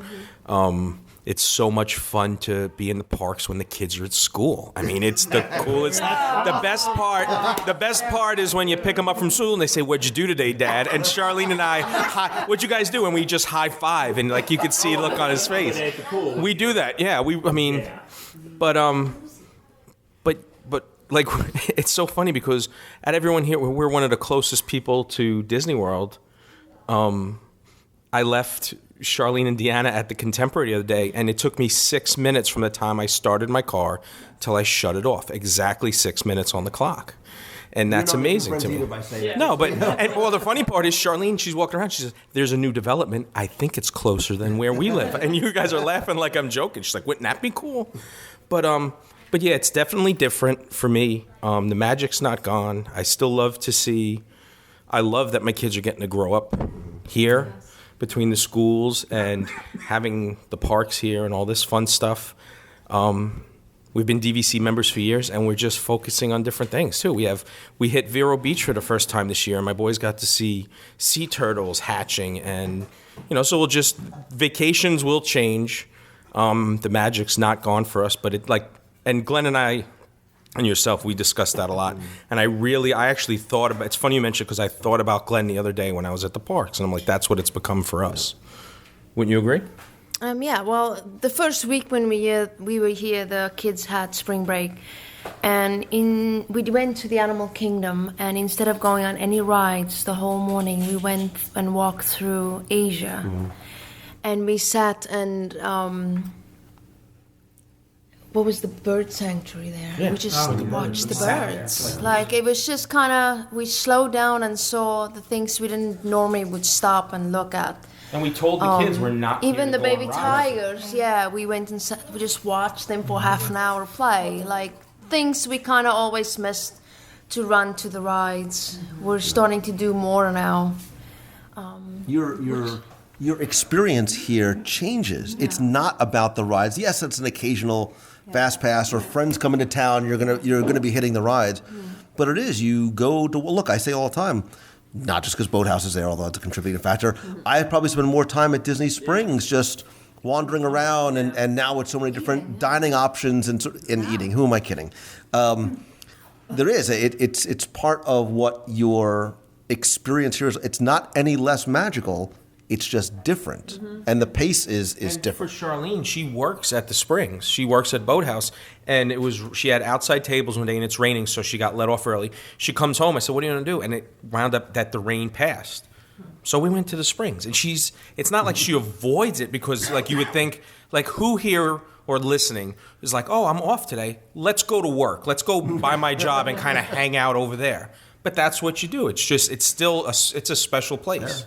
And it's funny, I had friends asking me, "Oh, are you going on vacation this summer, like in the fall?" And I was like, "I'm on vacation." Yeah. Like it still feels that way. Of course, I work every day, and everybody here does. I mean, we all have to, but there's there's still that feeling of I'm on vacation because we have the luxury of going to a park if we want to, or going to a pool that it would never exist. Yeah. That's how it feels to me. That's crazy talk. I'm still going. I think one, and I say this tongue in cheek sometimes to people, but one of the things that you get, and whether it's out of jealousy or actual questioning or anything else, when you're telling people that you're making this move, the first question that I think you often get is, "Isn't it going to get old eventually? And doesn't it get old?" And my response is always, "Well, has your local mall gotten old for you?" Yes, it has. But truly, no. I mean, I've made many a move in my life. I've lived in Maryland, and then I was up in New York, and then I was down up to Boston, and then I was back down to New York, and then I was in Maryland, and then I was in Virginia. Nobody ever asked me if I was bored with the place that I lived until I told them that I was moving to Disney. And it's interesting, right? Because none of those places had things that were draws. But, nobody said, "Oh, you're moving to Howard County, Maryland. Aren't you going to get tired of the mall?" No, because you were living there to live a normal life. And I'm living a normal life here. I'm just living it in the place that feels right to me in this moment. And when I want to go to Magic Kingdom, I do because I can. But I don't have to. And so it's never going to get old because I'm just living the life that I want to live in the place that I want to live it. And as close as to my point before, as close as we live there, there's a division between your daily life and when you do decide to go. It's just having that luxury of it being right there with the added benefit of everybody that works and lives around here.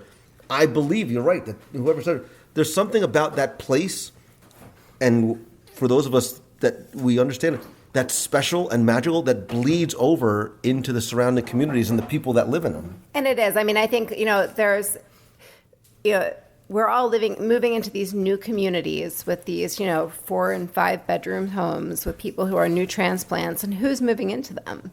New families with young children, who are moving to a specific place for a specific reason. And so there's this built-in commonality to everyone who's living here of having, a family who's sort of drawn to this place for a reason. And so I think the friendships are sort of built in when when you're relocating to here. And the fact that I can, after a day of school with my kids, take them to Epcot for the sole reason of watching the trains in Germany for an hour is incredible. I mean, I have a 5-year-old and a my older son's about to turn 8 later, next week. And that's all they want to do sometimes. They love, some of the festivals at Epcot because they put the play sets up, for them to play on. Kenneth, I was literally walking home with my kids on their bicycles on Friday afternoon last week. That's right. And Kenneth was in his car with his son driving home from the same school. And we stopped to say hello, and my kids were chatting with his son, and your son Nolan said, my son says, "Can you guys play?" Yeah, he said, "Can they play?" And I was like, "Yeah, we can." And so 15 minutes later, we're at Kenneth's house, and the kids are playing, and we're chatting, and, Kenneth's like, "Are you hungry?" And I was like, "Yeah, I'm a little bit hungry." And so I got on my phone, and all of a sudden we're at 1900 Park Fair. Yeah. And that's, I proposed to Drusilla, so. Yeah, and he did. He got on his knee, and he proposed to Drusilla, and we got some good, and the kids were out on the lawn of the Grand Floridian playing for an hour, and then we went and had some dinner, and it was great, and that's just life now. And it's and like I said, it's like you're not clinging to the moment in desperation because it's going to end. And I think that's something you have to be ready for because it's a different experience of Disney, but it's bigger in its entirety than the trips ever were.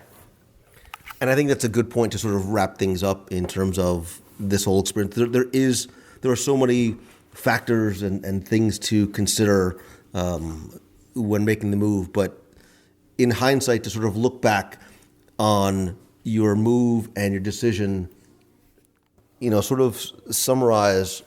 Look, for me, I say this all the time. It was the best choice we ever made in terms of where this is the right place for our family to be, our kids to grow up, advancement of our careers, and where we know, we all said the same thing, knowing that this is where were supposed to be. So if you had to sort of sum up your decision and the process and the move and everything else, how would you sort of pull together? Yeah, I would say that's exactly right. I know this is where I and my family are supposed to be. I think even my oldest son, who had the hardest time leaving his friends, now is so much happier here, a year on than we were before. And I would just say, to sum up, don't be afraid to take risks. Be deliberate in how you structure your life.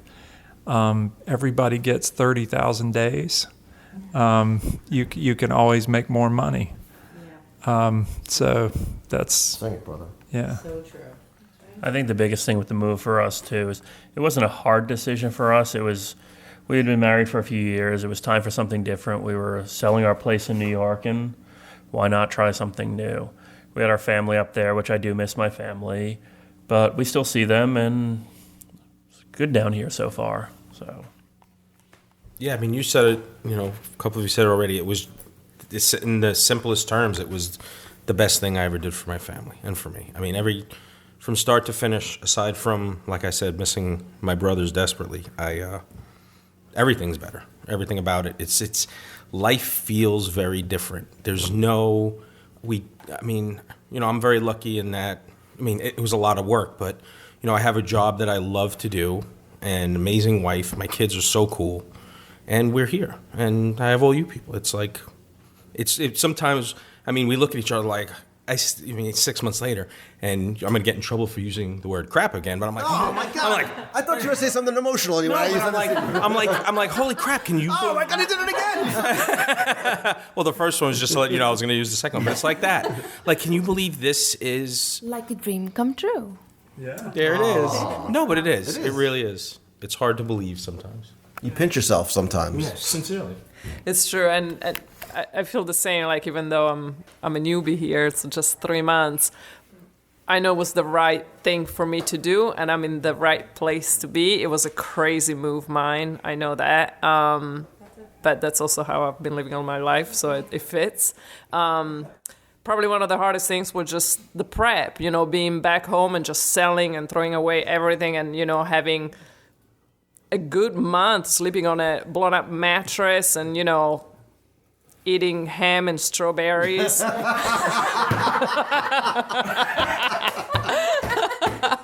And that was really just the hardest part for me. But right now I have to say I would do it again. I would eat ham and strawberries again. You know who else loves ham and strawberries? Me! And that's why we're not going to let you move home. Right. Move back or, So I just want to say, just being grateful for the challenges that we've been given, because I think that every challenge that you are given is a experience, and you learn from it and you grow from it, because all of our challenges that we have had to conquer, they have been difficult ones, but we have conquered them, I think, successfully and together. So if you are going to make a change, it is scary, but I think it's important that you at least try and go for it, because the change, usually when one door closes, another one opens. So don't be afraid, because on the other side there is light, and you will always be much happier. So I'm grateful for that. And I'm blessed because I have a wonderful husband, and I have 2 absolutely fabulous children, and we are in a fabulous place with these wonderful people. So thank you. Amen. No, I'll just close that by saying, give yourself permission to do what your heart says that you should do.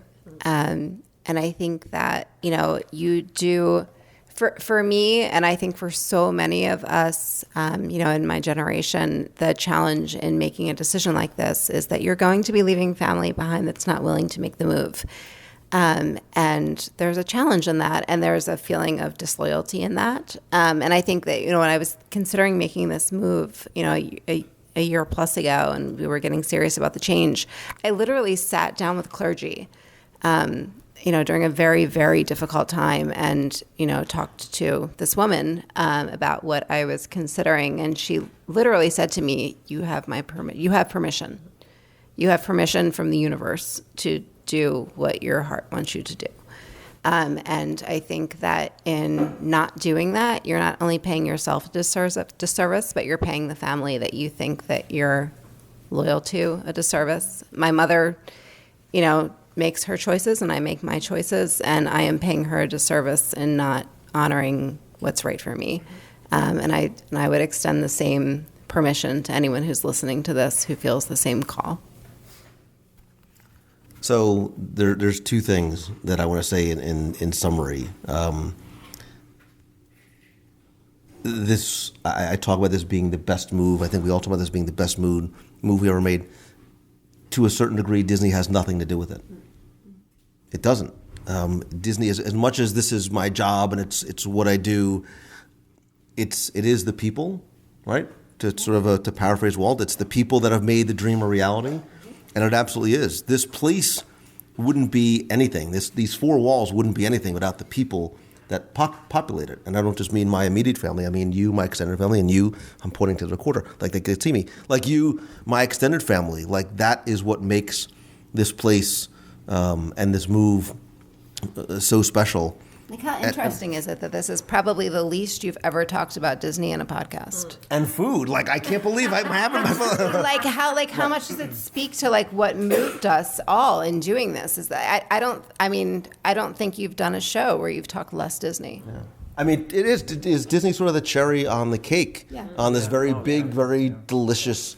I'm hungry again. Now I'm talking about food. But I think for those people that are thinking about it, and for those of you who I've worked with either at Momentum or at the retreat and things like that, I think the two most powerful words in the language are "what if," and I think you have to ask yourself, and you have to use those words.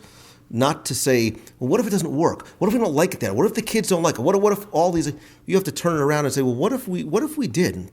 What if we sold the house and got a new job or started this thing, this hobby or this business that you want to start? What if it does work? What if we go down there and if it doesn't, so what? You do something different, but you can't allow yourself to have that potential regret later on. Like, what if we didn't? I wonder what would have happened if we would have done it. And I think that's why we did it. I think that's why all of us did it. Is deep down it was that what if, and I think fortunately we are not alone. We know a lot of other people who are not at this table who have also made this move. Deanna, the one mistake I made was not buying a ton of property down here and just reselling. We could have the WDW Radio commune. It would have been awesome because so many people have done it.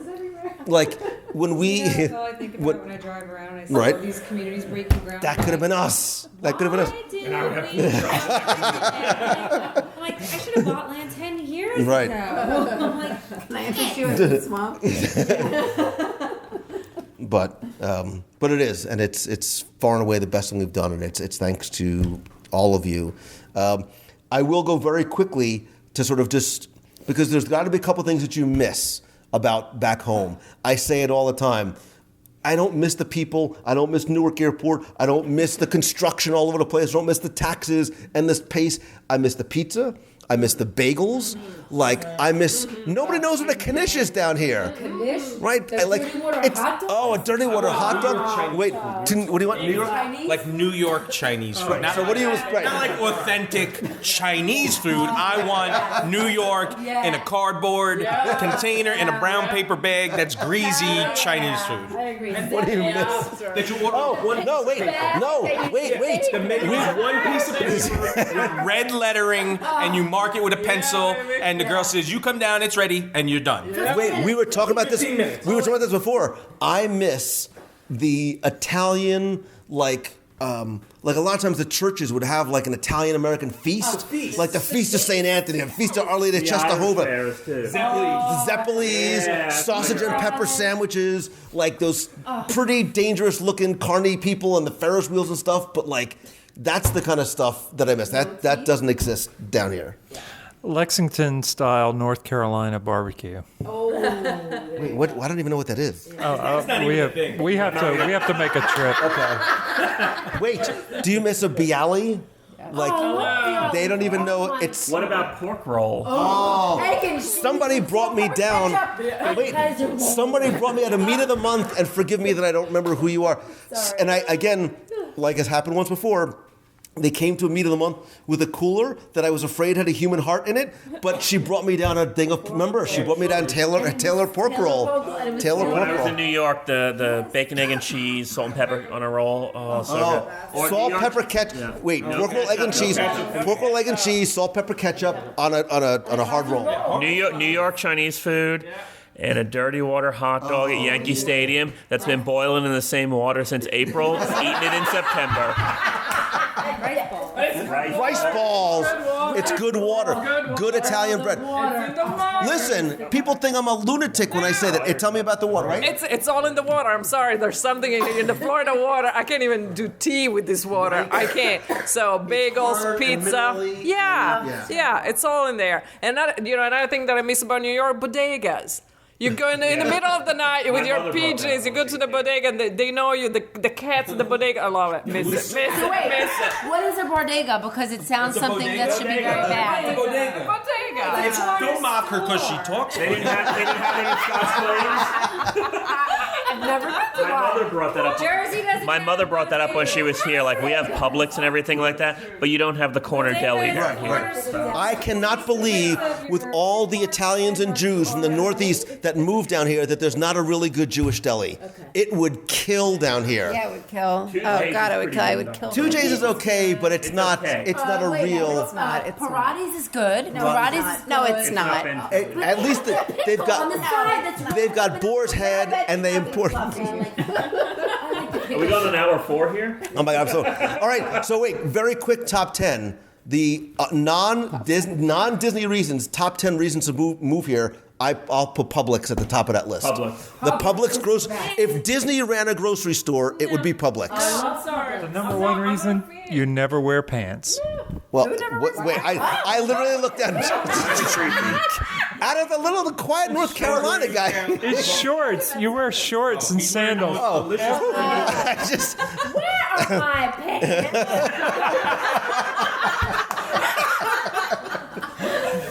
Well, all right. Another non-Disney reason to move down here. Is it just Publix? Ken stole my pants. I get to watch rocket launches from my front porch. The slower pace. Oh, The slower pace. I'm still getting used to that part. That's still. Yeah, it's good and bad. Right, because if you're used to the fast pace, it takes a while. The supermarket, it's like, let's do this. Let's make it happen. Contractor to come to your house to do work. Yeah, there's Florida time. Like, we'll get to it. We'll get to it when we get to it. But the sunshine, the weather, the sunshine, definitely. The nature. The boathouse. No, the community, no, and the wildlife, like the birds and the alligators and the turtles and the And your pet, you have a pet horse too. So. Well, yeah. I actually am the one person at this table who does miss the snow. I love the cold. But you can visit the snow. You can visit you don't have to shovel it. Norwegian, so. I miss the fall. Oh, the fall. I do miss fall at Giant Stadium. Changing of the leaves, the changing of the color. I miss, because we only get about 2 weeks of winter, so I do miss like jeans and a sweatshirt. Like, I've had a fire pit outside. I think I used it twice since we've been here. I miss my fireplace. I miss We were all about. I miss like having the excuse to not leave the house because of a snowstorm and having a fireplace going. Yeah, all the sunshine makes you feel lazy when you don't want to leave the house. Yeah, it's so hot outside. The air conditioning is so nice. Yeah. No, I agree with Lisa though. Wildlife, because when you grow up, because it's so delicious. The wildlife is so yummy down here. But it's so nice to go walking and you see cranes and you see, even the squirrels. It is, and you know what? And I think that's part of the reason why everybody's happier. It is. I think it's. Well, there's no gray days. The sun is Right. shining. Everything's always green. Like, you don't have those 6 months of gray when you're in New Jersey up north. You don't. It's just wonderful. So look, How much gray was there in Scotch Plains? a lot. There was a lot. A lot It was of gray. 8 months. It was awful. Yeah. Especially when the deer ate all my plants that I planted. If you knew Tony would have just taken care of that for you. Oh, and the rainbows. You should move here for the rainbows. There's so many rainbows. The sunsets. The sunsets. Thunder and light. The thunderstorms up top. That I love the thunder and lightning storms. I do love sitting in my garage with the door open and sitting there when it's pouring and thunder and I lightning. sit out on my lanai, right? Yeah. I just sat out there, and you're like, "What are you doing?" I'm like, "I'm watching the thunder and lightning." We'll sit out there in the lanai in the covered part watching TV as it's thundering and lightning like the end of the world around us. It's awesome. Did you say Publix? Yeah, I think I said it. Publix made like. They just say Publix fried chicken. Oh, Publix fried chicken's so good. I have in the 10 days my parents were here. I think we had Publix fried chicken for lunch 7 days. Not even joking. It is. It's. I mean, it's that good. So, and it's so close. It's so close. So, look, we've listed countless reasons to move here, and I will tell you personally, I have zero regrets in doing it. I can't even say doing it earlier because it wasn't the right time. Like, I think we all just found the right time and the right place. And fortunately,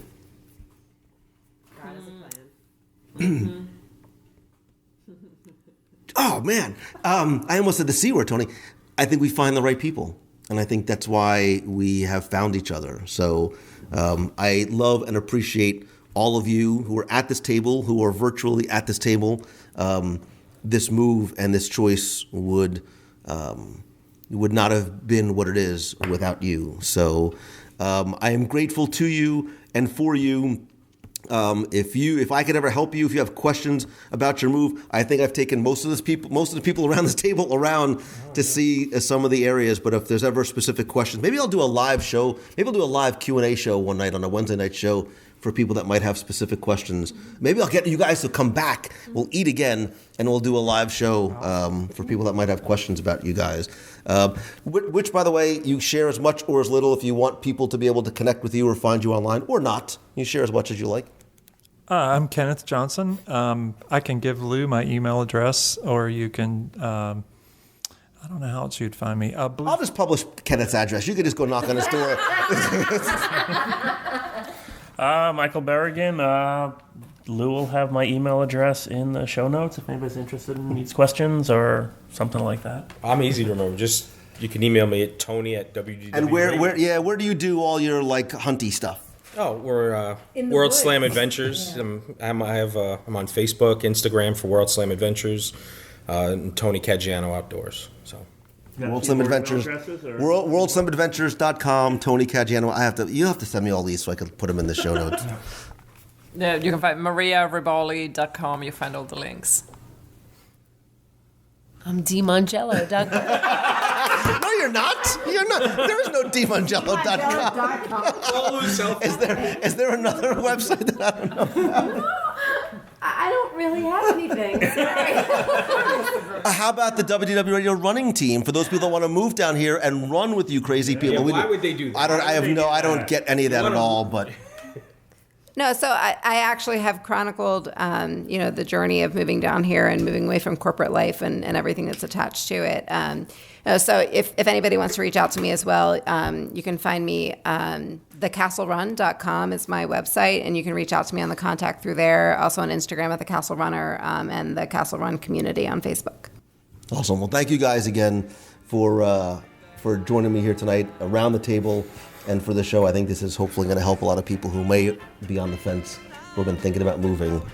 Without a doubt, the best thing we ever did. So, and now I'm hungry. Now we can start talking about food. Where's your favorite? Now that you've moved down here, quick round the table. Where's your favorite place to eat?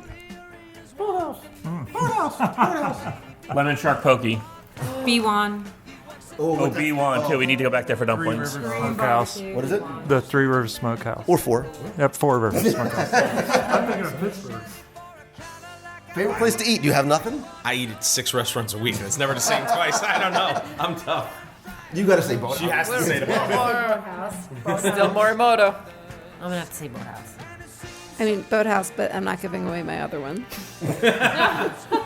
Once the recorder stops you on. Secret happy hour sushi place. Yes. Oh, that's ding, ding, ding, ding. Yeah. When you move down here, we'll bring you into the circle. We'll show you the secret sushi place. And if you tell people, we'll cut you. No. Not allowed to tweet. Yeah, I never posted. You should never argue with a crazy mind. You ought to know by now.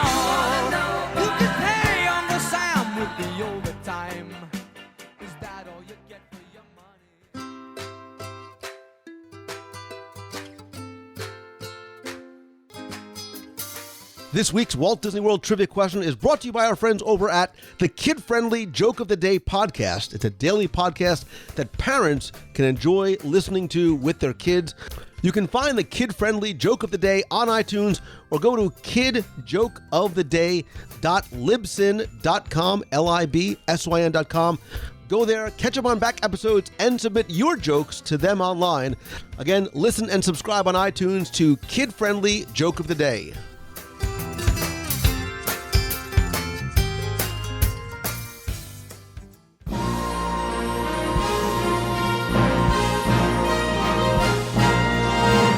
It's time for our Walt Disney World Trivia Question of the Week, where I invite you to test your knowledge of Walt Disney World's history or see how well you pay attention to the details, sometimes in what you see or hear, possibly even eat.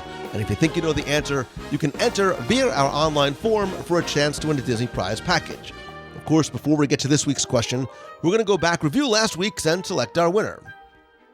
So it's the most wonderful time of the year, and yes, I know I say that whenever there is some sort of food and or wine or food-related festival going on, which is now almost always, but the Epcot International Food and Wine Festival is going on, and it's glorious as always. So of course, this week's trivia question had to be about the Food and Wine Festival itself, and it was very simple. It was to tell me what year was the very first Epcot International Food and Wine Festival held. And again, thanks to the hundreds of you who entered, got this one correct. Of course, it was 1995. Just a little bit of a history about how it actually came to be. Back in 1982, there was a festival held in Aspen, Colorado by a new magazine from the owners of actually Time, and they called it the Food and Wine Classic.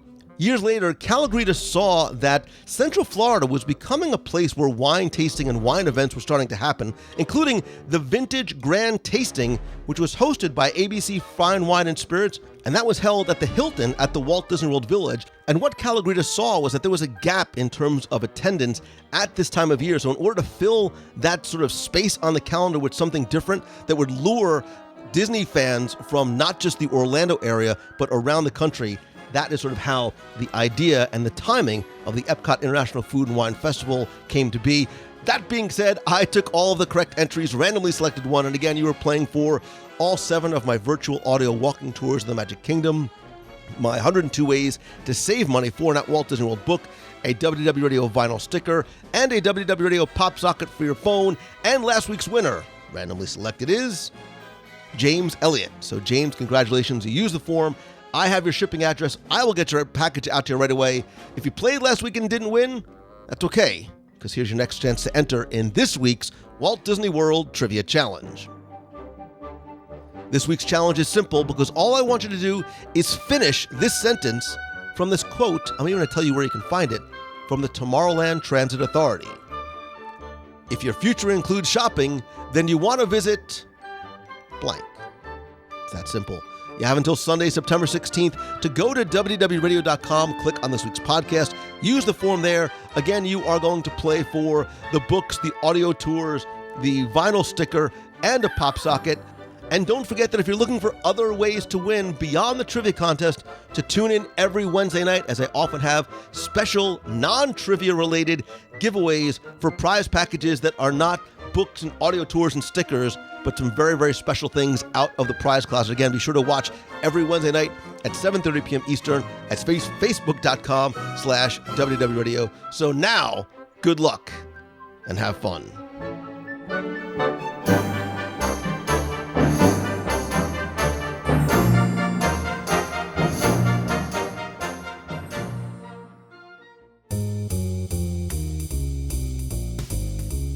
That's going to do it for this week's show. Thank you so very much for taking the time to tune in this and every week.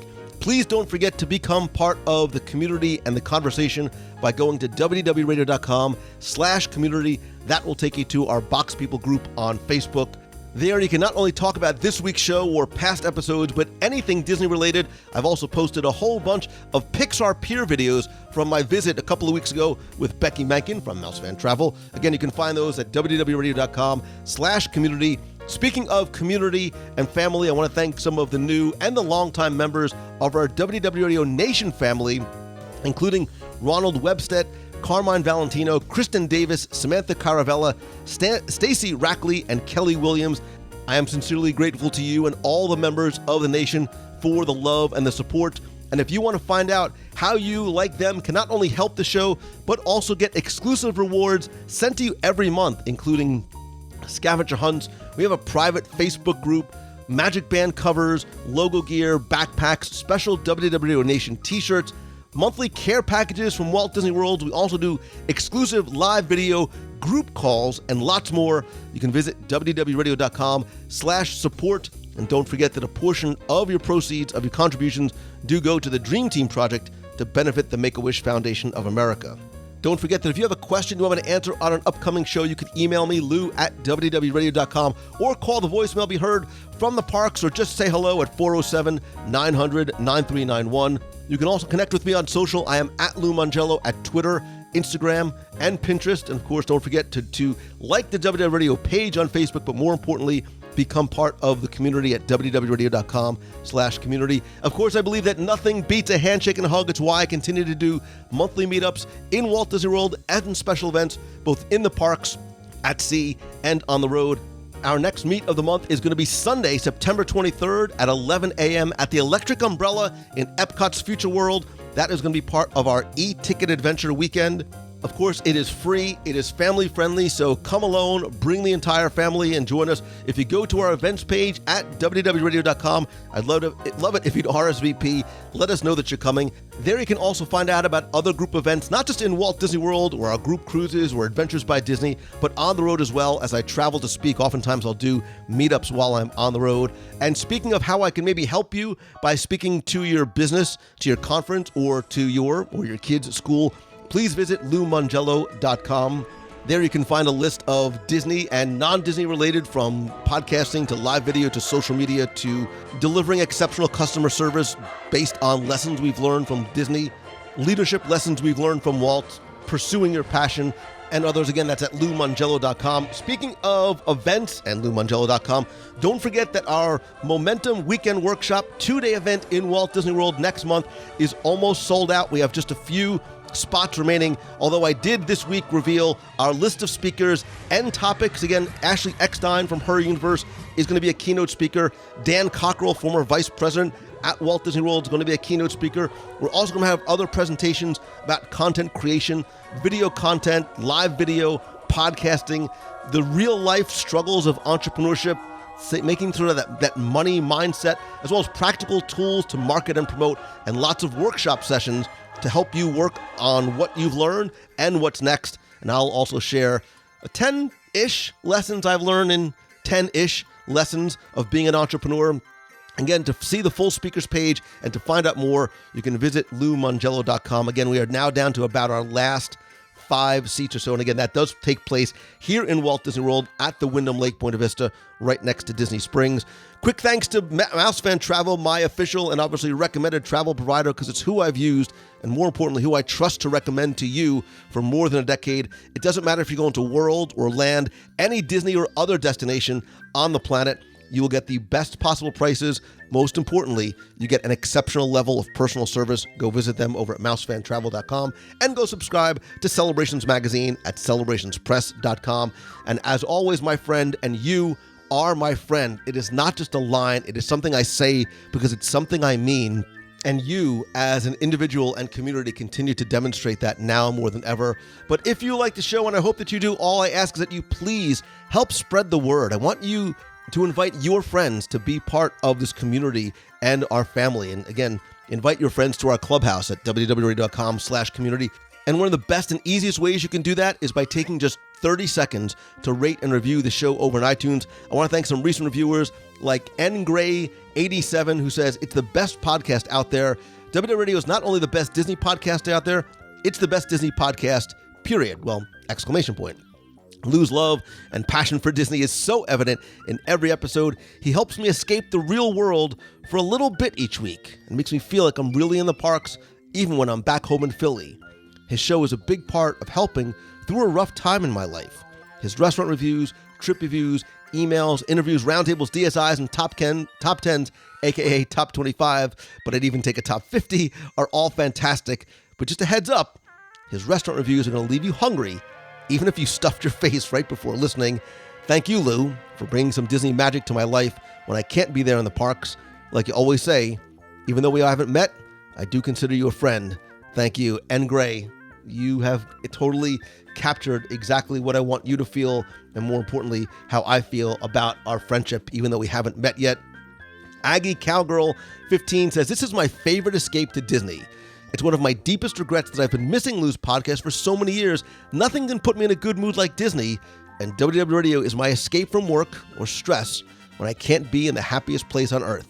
It's such a joy to feel connected to fellow Disney fanatics, and this both prevents my boyfriend from having to listen to me talk Disney and allows me to connect with my brother as we geek out over trivia from the podcast. Thanks, Lou, for a rootin' tootin' good time every week. And PRL7667 says, this is a huge Disney fix. I've been listening to Lou since 2008. Wow, and it's totally changed my perspective as a Disney fan. Lou knows his stuff, and his shows have made a huge impact on trip planning. From helpful tips, advice, to backstory about the attractions, areas, and even food, his guests are always helpful and fun to listen to as well. There's a reason he's the best in the business. PRL, thank you so much. Thank you, Aggie Cowgirl, and of course, NGray87. Again, you can just search for WDW Radio on iTunes or go to www.com. I speak for a living. www.radio.com/iTunes. And finally, and most importantly, thank you from the bottom of my heart for sharing your time with me. I know how valuable and limited it is, and for allowing me to share this thing that I love so much with you. And I do hope that it brings you a little or a lot of happiness and maybe a smile to your face each and every week. We talked on this week's and last week's show about our collective and individual decisions and choices to move to Disney, to pursue a passion, to make a change, big or small. And I want you to always remember that all of your choices matter, whether they're big or small. So make them wisely and follow your heart. You will regret it if you don't, but more importantly, you'll be very happy that you did. Thank you once again for taking the time to listen this and every week. I hope that this is your best week ever. So until next time, see ya. Hey, Lou, this is Jim Smith calling from Hanover, Mass. Just calling. I've been a faithful listener for 2 years now, and slowly going through your back catalog of podcasts. I really enjoy listening to them. And I came upon one that you had from a few years ago where you discussed the Walt Disney World Railroad and the history of it at Walt Disney World, and touched on it a little bit at Disneyland. You had Jim Korkis on, and the two of you had a great conversation. And it reminded me of, the last time that I was there with my family at Disney World, we stayed at Wilderness Lodge. And, of course, that is the location of the Carrollwood Pacific Railroad Room. And me, in particular, studying a little bit about Walt Disney, the person, the man, and the history behind him and all of his hard labors and his love of trains, I've become very familiar with. And that was a destination for me as much as any attraction was at any of the parks. And I went there probably about 6 in the morning on one of our days. And talk about the way that Imagineers and designers and artists and the Disney historians, they will put so much detail into an experience, and you can take from that as much or as little as you want. There was another gentleman in there. He was catching up on emails, having a cup of coffee on his laptop. And, he maybe glanced at a couple of items, maybe not, who knows. And I spent about 45 minutes in there, probably took about 30 or 40 photos, and was just blown away by all the detail and the history behind it. And one of the train engines from that ran around Walt's backyard, and it was amazing to see all of that. And from there, I went for a jog, and I went to Wilderness Lodge. It was Christmas time, so that was quite a sight to see some of the sites decked out. But yeah, there's you talk here and there about how much effort the Imagineers will put in to some of their experiences, and you can take as much from it as you want, and that's why the authenticity has to be so real and so full. And I probably blow by some of the stuff just being, with my family trying to get to some of the attractions to make the kids happy. But that was an appointment location for me, and it was quite amazing. And, I much appreciated your your conversation with Jim Korkus, and you have him on here and there, and I always learn a lot when you talk with him. And I'm always entertained by you and your guests. So I appreciate you filling some of my long car rides with a lot of this interesting talk and very sociable atmosphere. So thank you for that. I'll keep listening and I'll keep enjoying that. Take care, Lou. Bye-bye. Hey, Lou. Sarah from St. Louis. Just wanted to call and say thanks for all of the information, all of the fun, all of the good listens to bring Disney to the Midwest. Also wanted to call and say congratulations and have the most amazing 4 months to my sister, Abby, who is heading on down for the college program. Can't wait to hear about all the magic and memories she makes. And in the meantime, I will be listening to you to get my own dose of Disney magic. Thanks for all of the things that you do. Bye. Hey, Lou. It's Christine Morrison from Flowertown, PA. I'm out doing my run walk while I watch football practice, and it is hot. Whew, I feel like I'm in Florida. Anyway, I'm listening, going backwards, and I'm down to episode 240 and 41. 41.